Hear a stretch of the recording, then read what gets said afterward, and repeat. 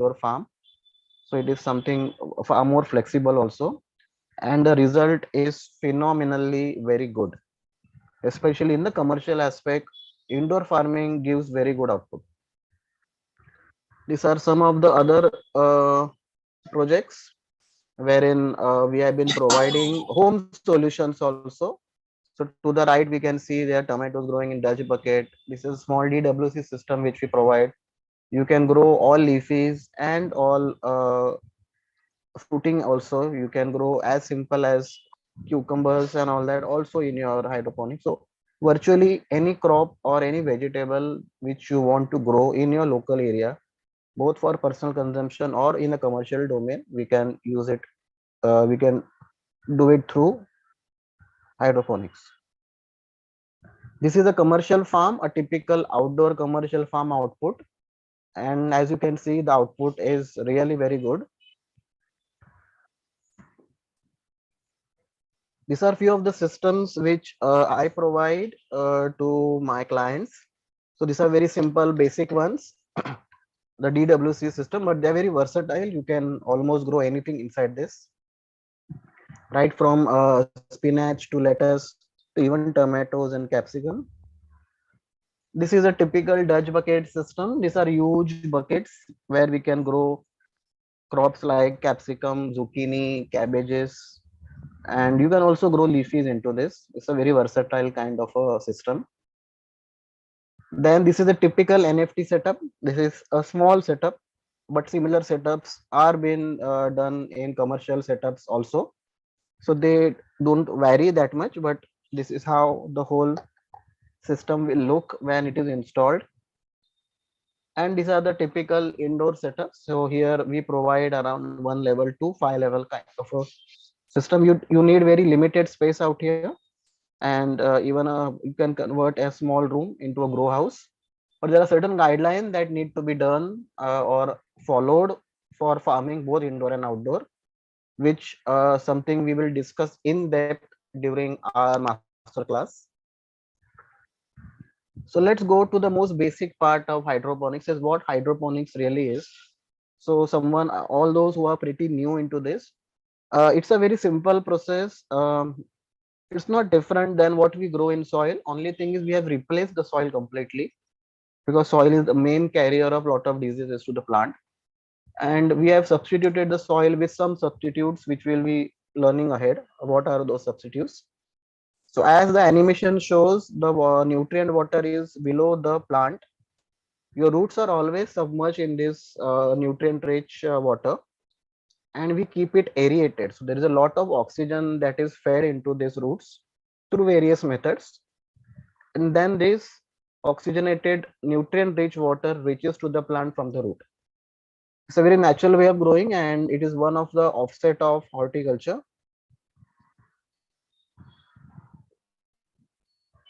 So now let us understand, if we're not using soil, then what is that we use? The most commonly used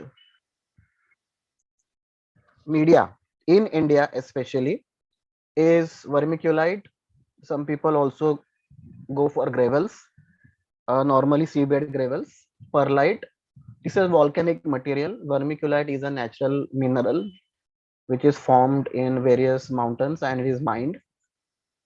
And then the most economical and the most reusable kind of a substitute for soil is coco peat.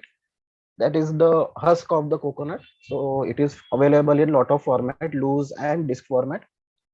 We also have we also use expanded clay. It is nothing but a small balls of your terracotta, and what they do is they help in anchorage of the roots, and secondly they maintain very good cool temperature around the roots and oxygen to the roots. So we always use a combination of coco peat disc and expanded clay, or Oasis cube and expanded clay. Oasis cube is nothing but they are manufactured foams, and they are normally used for seed germination. So earlier they were used only for seed germination, but now predominantly all commercial farms are using them as not just for seed germination, but post germination, the full growth completely happens in this oasis cube. Now, most important question is how hydroponics really work. So this image, if you can see over here, it explains in brief about how hydroponics really work out here. So suppose you have a tomato plant and we are using coco peat media as germination and rooting support. Below this, we normally add hydrotron or leca or those clay pebbles, and below this is the water. Normally, it is hydrogen. Normally, it is the nutrient water. So, nutrient are available in different formats. We call them as part A, part B, part C.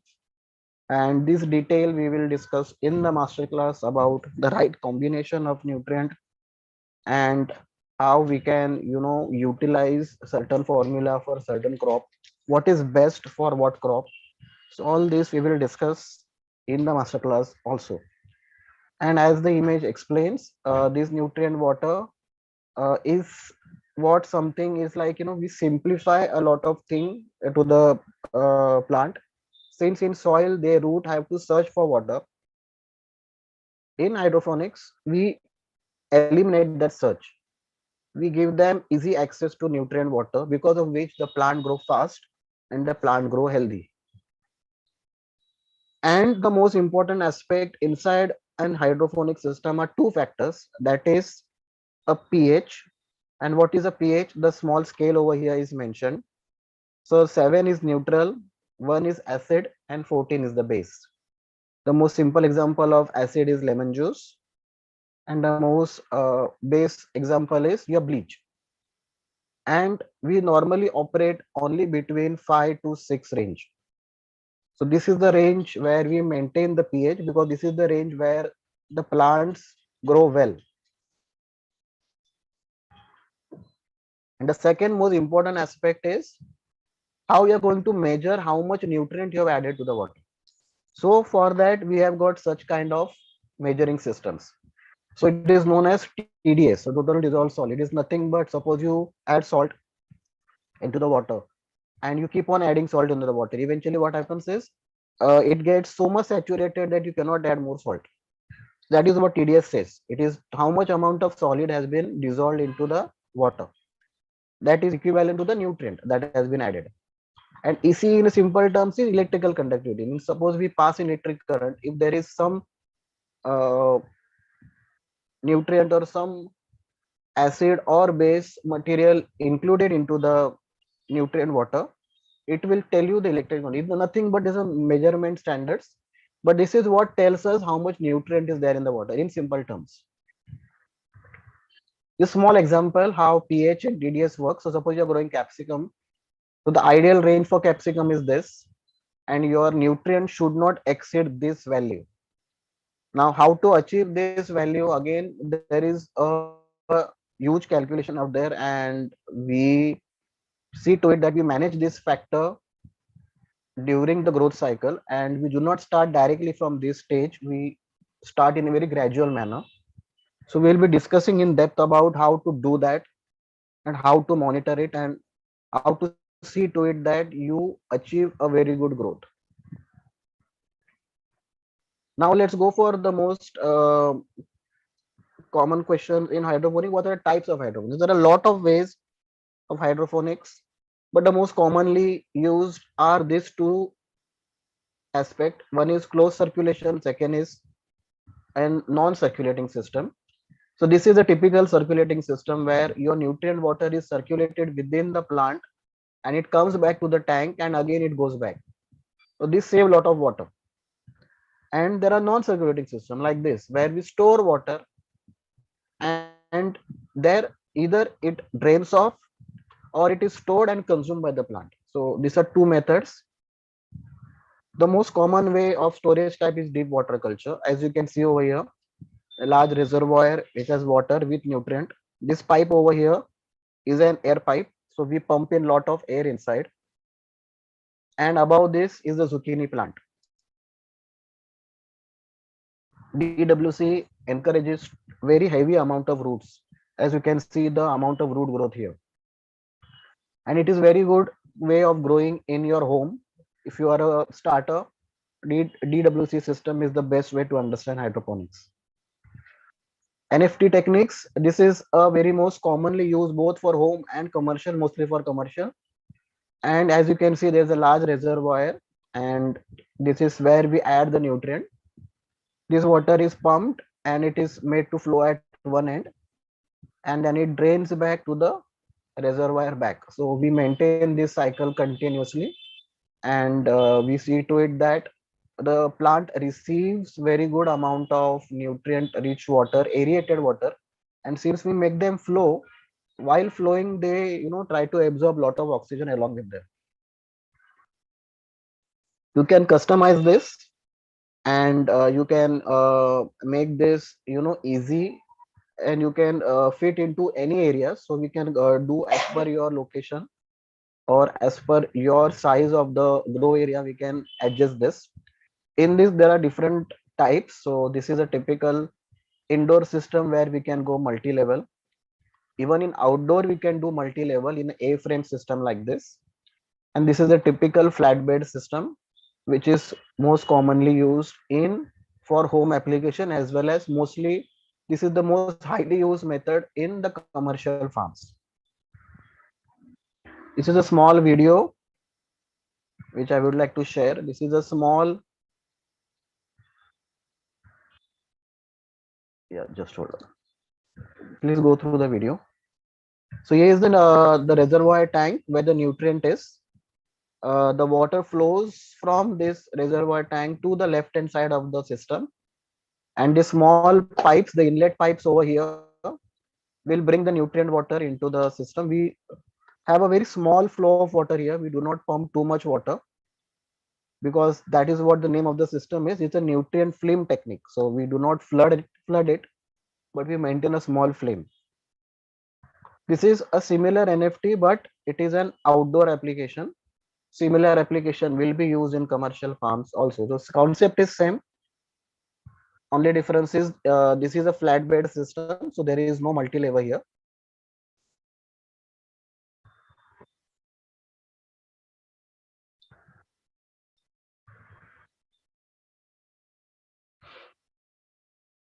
This is a setup which I have done at one of my client at his gallery, and they have grown cucumbers, they have grown spinach, celery, coriander, lettuce. They have grown bitter gourd, sponge gourd. So almost we have covered a huge amount of vegetables for the client in this setup. And this is the inlet area. This is from where the water will come in, and at the other end is the drainage area.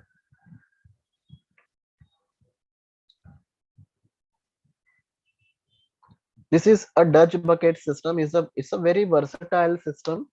It is normally used when you want to grow for wine type. So suppose you want to grow cherry tomatoes, or you want to grow something like squash or zucchini or broccoli, or even some exotic cucumbers. So these are the systems which are not just used for home application, but can be widely used in a commercial setup.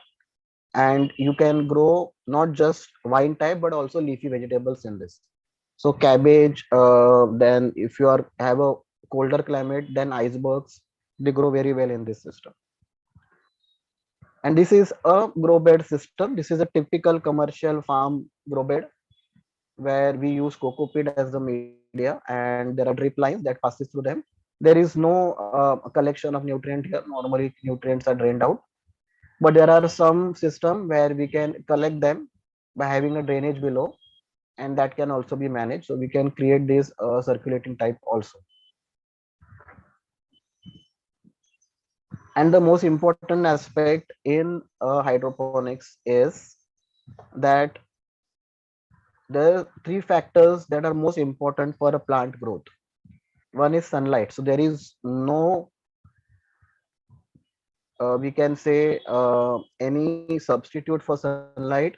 You need sunlight to grow a plant. So if it is hydroponic, it does not need sunlight. That's a wrong myth. You will need sunlight, either natural or artificial. Nutrient water, we use NPKs, we use magnesium, sulfur, calcium. These are the major nutrient that are added into the system. Along with it, in some chelate format, maybe iron will also can be used based on your plant application. Water has to be clean water. It cannot be a borewell water. Your TDS of the water that you're going to use for hydroponics should not be more than 70, or it should be less than 0.5 EC. This is a typical deficiency that happens. Now if I don't, this is the NPK. So most commonly that we feed nutrient is nitrogen, potassium, phosphorus. But why do we feed them? Because of this reason. Because if you don't feed potassium, then your plant leaves will not be healthy. They will be yellowing of the tips and the edges, and there will be a very low amount of chlorophyll content, which will eventually affect your crop. Calcium deficiency causes shunted growth, misshaped leaves, and such leaves will not give you optimal. This is tomato leaf, and because of this, the tomato size was not able to take the shape. With nitrogen deficiency, your old leaves start to turn yellow, but there is a big confusion out here because sometimes old leaves can die out of aging also. So there is something which need to be understood. So this is something I will explain during the master class, how to recognize that aspect, and how we can understand whether it is really aging or nitrogen deficiency. The most common the most common problem is interveinal chlorosis. It is largely happens because of iron deficiency, and mostly if your pH is imbalanced. That's the reason why your pH has to be managed. If you're feeding too much nutrient to the plant, that can cause a toxicity around the roots, and that can also cause chlorosis. There are a lot of reasons for chlorosis, but these are the most common causes of interveinal chlorosis. This plant will not give you good yield no matter, and if the damage is very high, going back and repairing them may not be viable because it directly affects your roots, and if the roots are gone, then I think so we may have to discard the plant. So let's talk about some myths and facts of hydroponics. So a lot of questions that I have received in my so many years and during my training tenure, that they feel that hydroponics is an unnatural way of growing. I don't think, and technically it is wrong. It is just a method where we have adopted a different way of growing a plant. We just have used non-soil based media, and your fertigation or your irrigation system is slightly different. That's it. But it's not an unnatural way, and eventually your plant needs elements, the NPK, calcium, sulfur, iron, boron, and all those. So they do not differentiate between soil, whether it is synthetic, organic, or hydroponic nutrient. So there is no differentiation for the plant as such. Hydroponics affects environment is a very false belief. Rather, I have seen, as per my experience, typical commercial hydroponic farm saves a lot of water. We tend to save almost 60-70% water because we almost recirculate 90% water all the time. And as per my experience in the past 8 to 9 years, I was able to do this experiment and find out that a soil-based farming tend to consume lot of water, especially in farming, because there you flow the water, and it can also cause some issues with your groundwater because this nutrient or pesticide water enter inside your groundwater or your rivers and lake and pollute it. So we completely eliminate that aspect here. And as I said, the last point, hydroponic plant grow without light. There are a lot of been questions on this. That do we really need light? Well, yes, light is the energy source of the plant to generate food. So basically, when we feed the NPK to them, they react with the sunlight, the energy, the photons, and where this chemical reaction generates starch and the other all the proteins and carbohydrates. So basically, we need light to do this process. So we cannot substitute it, but yes, we can substitute sunlight with a grow light, and grow lights can be of different types. So this is the most important aspect in indoor farming, which grow light to you choose or use. That is something we will ponder on or discuss deeply during our master class. Hydroponic grows tasteless vegetable. This is actually may not be always true, because as per whatever my experience and my client experience, and whenever they have delivered these vegetables to their client, they are now fixated to the crop and the taste of this vegetable, that now they say that I cannot switch over and switch back to the old crop, because it's phenomenally tasty and it is far more healthy. Basically, we use very less nutrients, so there is less nutrient toxicity.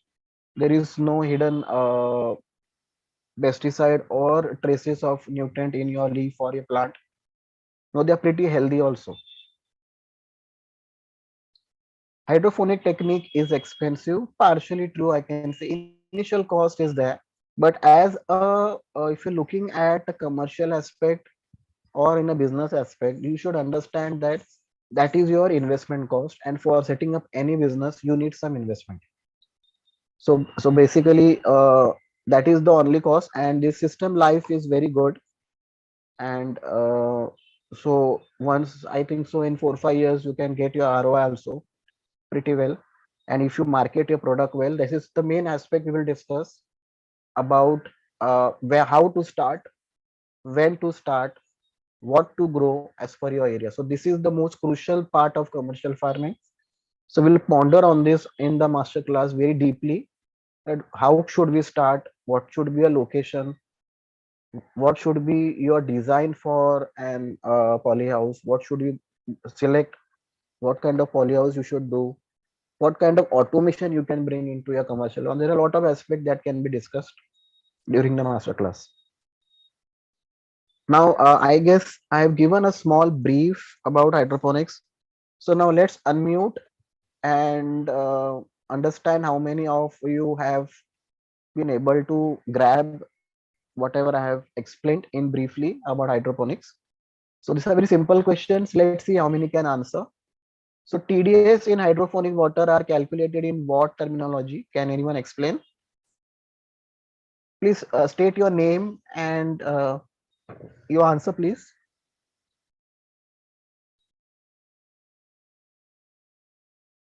Someone, please. Do anyone know? So Mohammed Shahir has replied in the chat box. Okay, okay. Uh, But everyone is saying ppm. But where, what ppm? Everything is will be ppm here. yeah, that is parts per million. They are right, actually. Thank you, Shivam. Okay. Thank you, Pinto. Thank you, Mohammed, for sharing this answer. But yes, they are correct. And ppm means parts per million. So that is what a TDS terminology commonly used.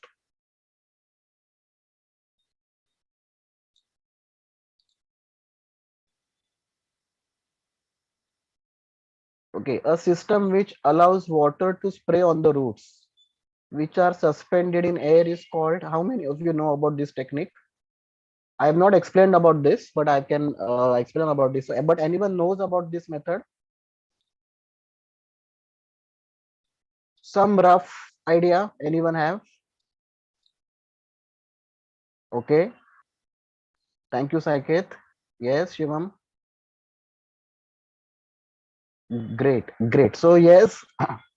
So what is aeroponics? Aeroponics is a method, wherein what we do is the roots are always dangling down. They're suspended in middle of the air, and there is a small misting unit below these roots.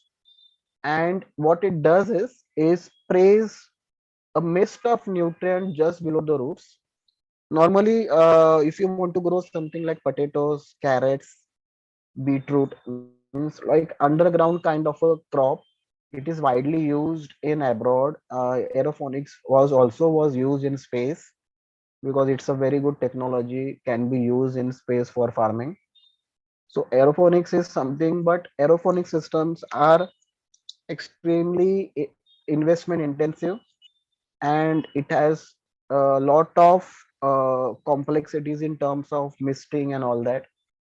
So, and it is mostly used in those areas where normally it is used in abroad. The reason is the 4 months of winter are very harsh to them.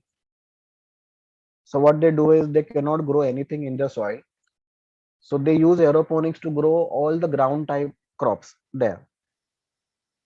It requires very less water because you do the misting part here, and it's like an aerosol, so it delivers nutrient very fast. It's a very good method of growing, but it requires a lot of SCADA system and lot of control in managing such system. So yes, it is a very good hydroponic system, but obviously it is and high slightly in investment intensive.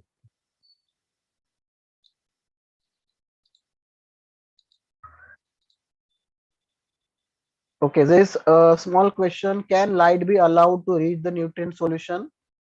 And if allowed, will likely cause dash to form. So what can form inside the water if you allow light inside the hydroponic system? So can it cause increased water temperature? Can it cause algae? Nutrient can react, or nothing will form? So any guesses or any answers? So there are many answers in the chat box. Yeah, I am just going through that. Okay, algae. Okay, Harshit, you mentioned algae. Anything about nutrient recipe? Yes, Ajmal, we will discuss about in the Q&A. Okay, let's see what the answer is. So if you look at the answer, yes, algae, as everyone said, and it can also cause slightly increase in your hydroponic nutrient temperature, because normally what happens is when they flow below the plants, there is a netted pot on the top and it is enclosed pipe. So it does not cause that much difference, especially if you are using a double layered UPVC pipe. If you are using single layered PVC pipe, then higher temperature issue will come. So that is one thing that needs to be understood while setting up a hydroponic farm, is the right selection of hydroponic pipes or channels. And if you are not there are in especially in commercial farm, it happens that maybe your farm is not 100% utilized. So how can we avoid such kind of issues in your system? That is also we can discuss in detail during the master class.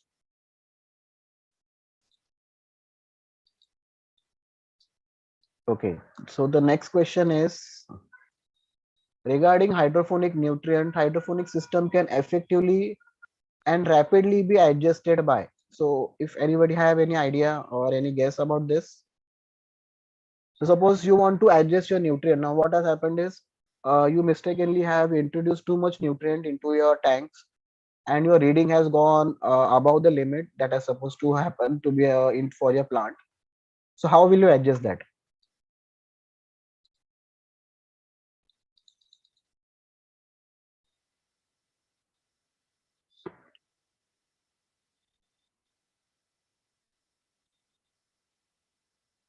Okay. Okay, Raja mentioned, Mohammed has mentioned C. Vivek, yes, Vivek has mentioned option as A.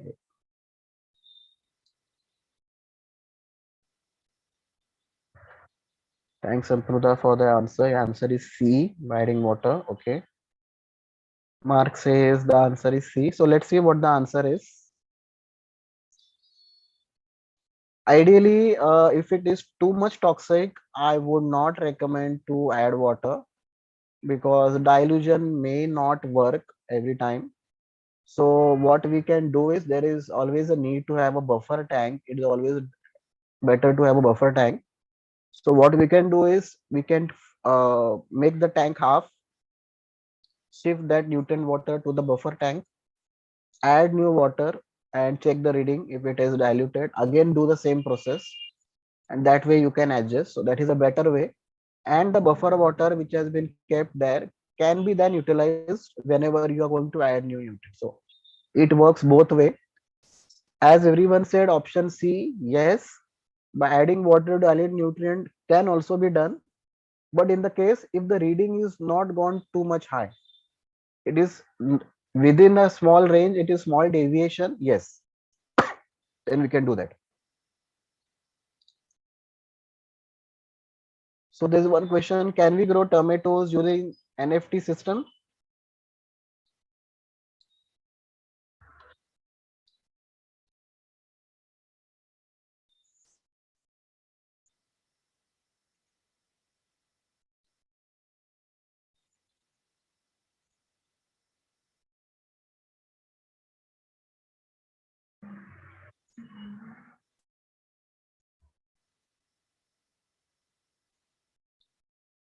Great, we have a lot of knowledgeable crowd here.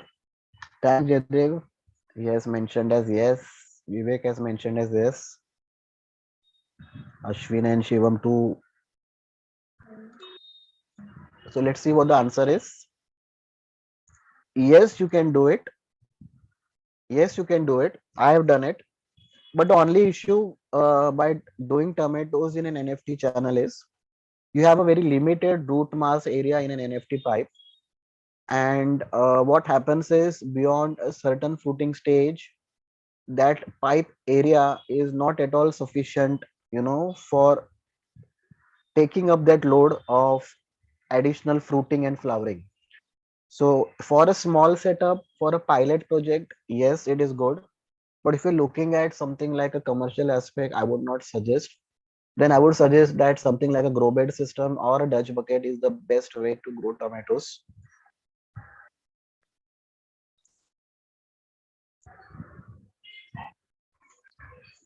So which of the below can be grown using deep water culture?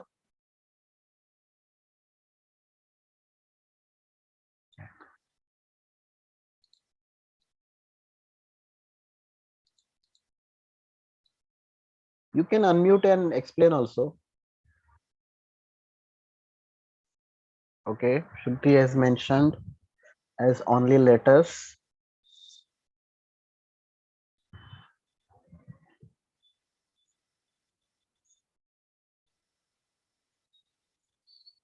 Okay, great. So there's a mix of answers over here. A lot of people are saying that only letters.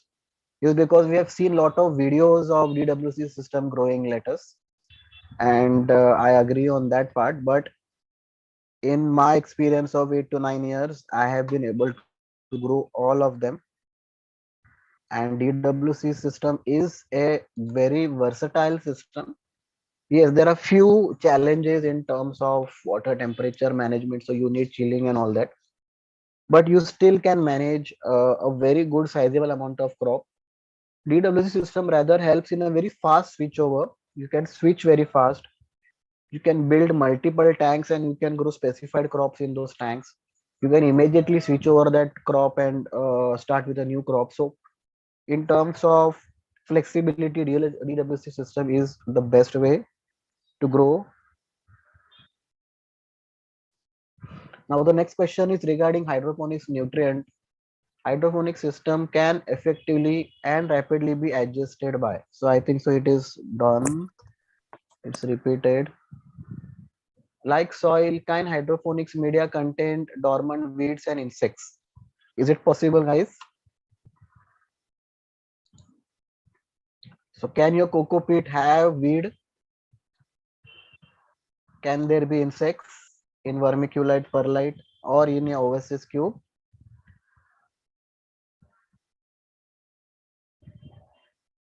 Okay. So Vivek, Shivam, Pinto, Mark, Ashwin, insects maybe. Kaustubh says insects maybe. Okay. Shruti says yes. Subin says no. Okay. Great. Thanks. Thanks for the answers. Maybe. Okay. Jayadev says it can be. Maybe possible. Harshit mentions. Now let's see what the answer is.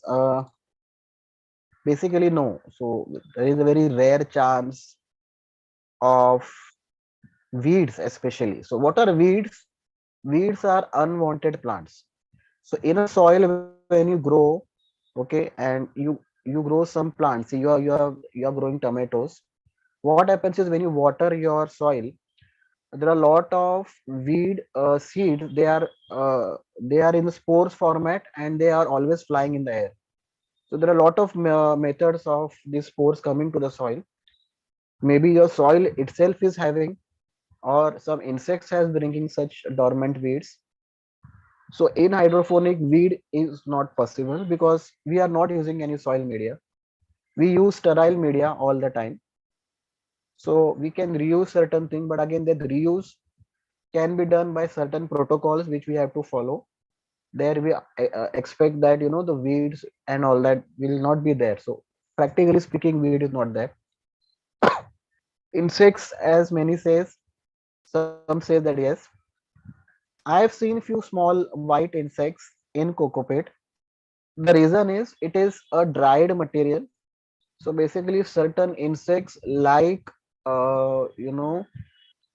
dried barks of trees or some husk of the plants. So just like termite. So termite will never come on a healthy living plant. Termite will always come on a dead tree. So there are certain insects, they thrive on such kind of dead elements of the nature. But these insects I have barely seen doing any harm to the plant. It is something which is very commonly found, and in commercial farms we rarely see them because we grow them inside a controlled environment, inside a polyhouse, inside a grow area. So such kind of insects normally don't enter into the system. So thank you for the answer. Now I have mentioned few plants here: datura, tobacco, bell pepper, petunia. So my question is, how much of these plants belong to the same family?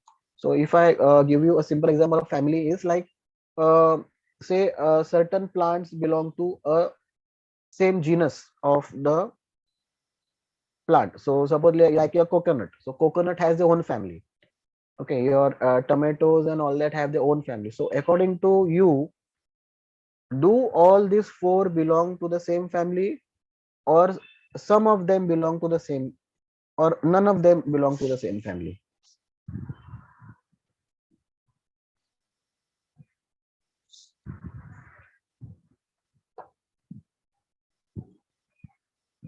Okay, Amruta mentions as none. Okay, some of the same family, Shivam says.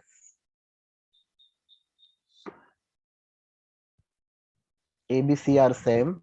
Okay.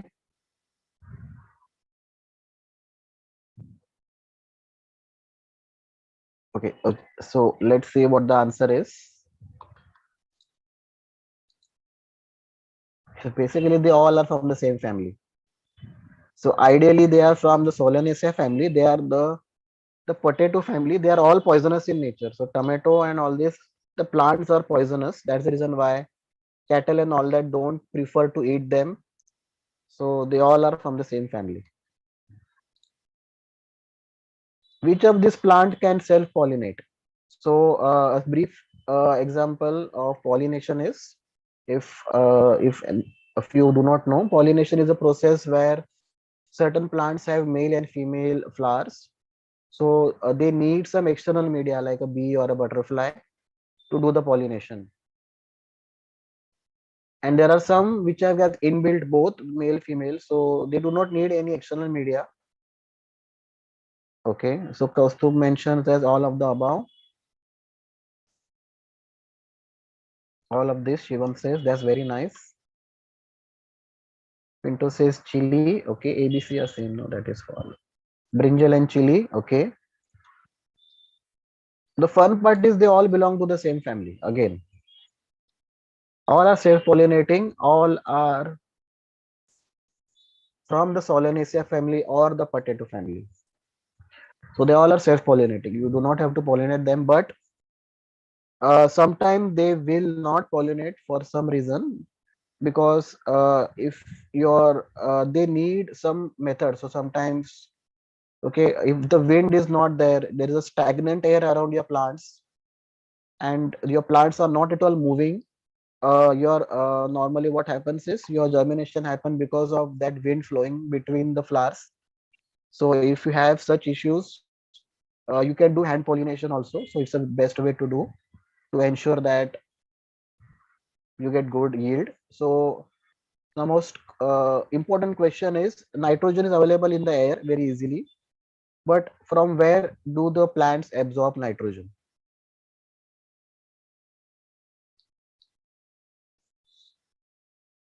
Anyone?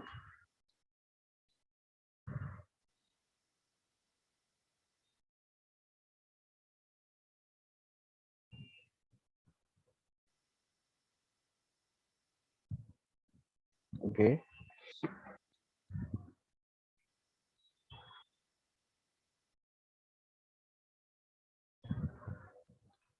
Okay, so mostly people say that it goes through soil. It is very much true.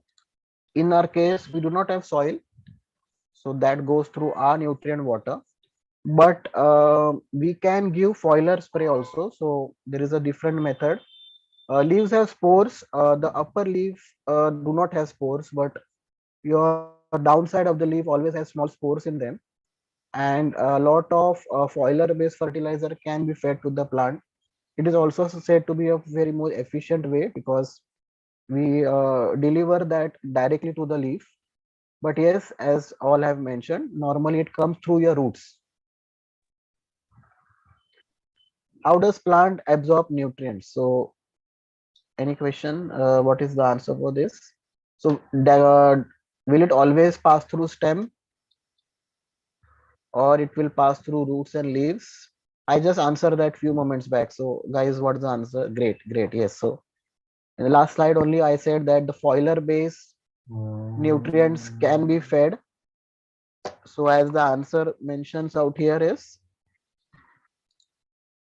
you can feed nutrient both through roots and leaves. Now our last question is, let us identify which one is the male flower.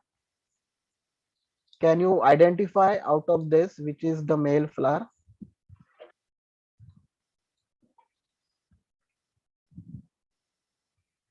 Okay, Raja mentions at A.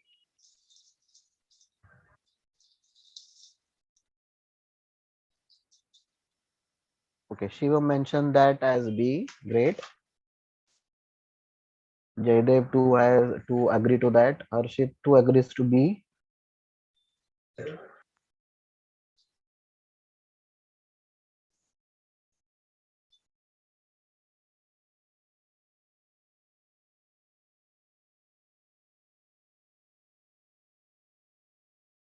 You are correct. To the left one, what we can see, this is the male, and this is a female flower. You can see a ovary over here. So normally the process is the bees will sit on this male flower, and from this it will come and sit on and pollinate this.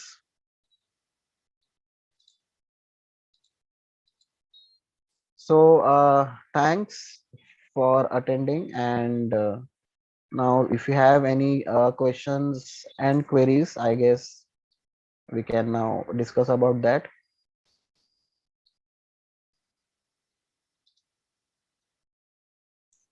Any questions, anything, you can type in or you can unmute as well. Okay, we have some questions. Yes, Shivam, you can unmute and ask. Hello. Yes, yes. Actually, I wanted to know the nutrients. So, good evening, sir. Uh, can we go one by one? Yes. Please just state your name before we start. Shashank here. Okay. Yeah. Hi, Shashank. Actually, I wanted to know the nutrients. What's the formula for the nutrients for every year? See, the nutrient formula totally depends upon your crop. Okay. So, If we grow up basil, so what would the nutrients for that? see, basically we use three-part nutrients. Okay, so your part A will be your NPK predominantly. Your part B is your calcium nitrate, and your part C is your magnesium sulfate. Lot of growers do not go for part C. Okay. But I would recommend always go for three-part nutrient. Okay. So the NPK, which one? 1919 ki 0054. It depends, but not 1919. Normally, your phosphorus and potassium should be on higher side because your Mhm. nitrogen is taken care by the magnesium sulfate and calcium nitrate.